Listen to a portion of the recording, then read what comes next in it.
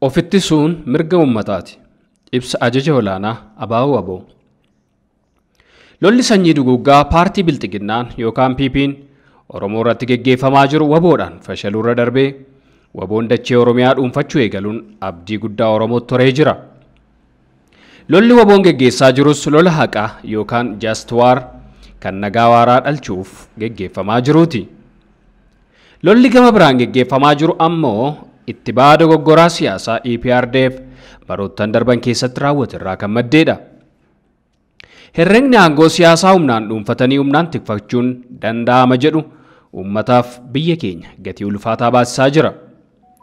Qaamoti nuti mootummaadha ofiin jedhan gatii ulfaataa uummanni baasaa jiru hubachuu hanqachuun faallaa fedhii uummataa dhaabatanii uummanni lola kana keessatti PP deeggaree hirmaachuun irbaata rasaasaa ta'uu dhidhiiba jiru.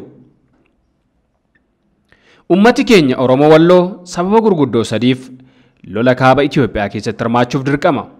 Jalqaba lolli kun kan hoogganamaa jiru miseensota EPRDF duraaniin ta'uun isaa ummata keenya Walloof dantaa guddoo qabaachuu dhiisuu malu.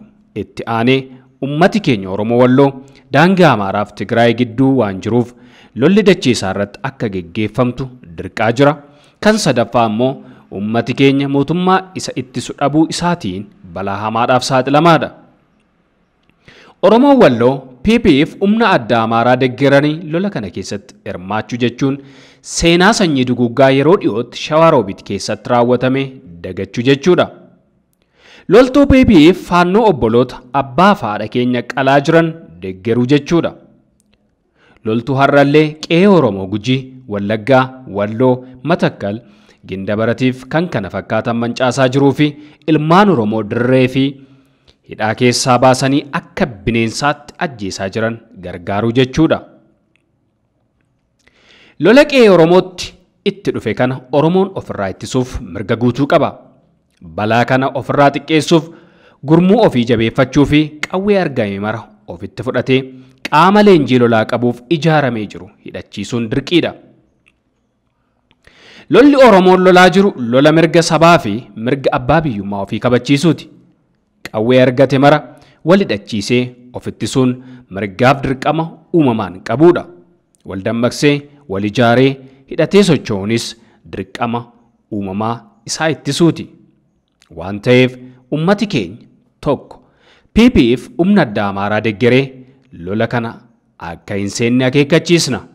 Lama yakka waraanaa ummata keenya Oromoo Walloo irratti dalagamaa jiru maraaf gaafatamaan mootummaa fi qaamota mootummaa Impaayera Itoophiyaa keessa jiran ta'uu ummati keenya ummattoota cunqurfamoof hawaasa idil addunyaa hubachiisna.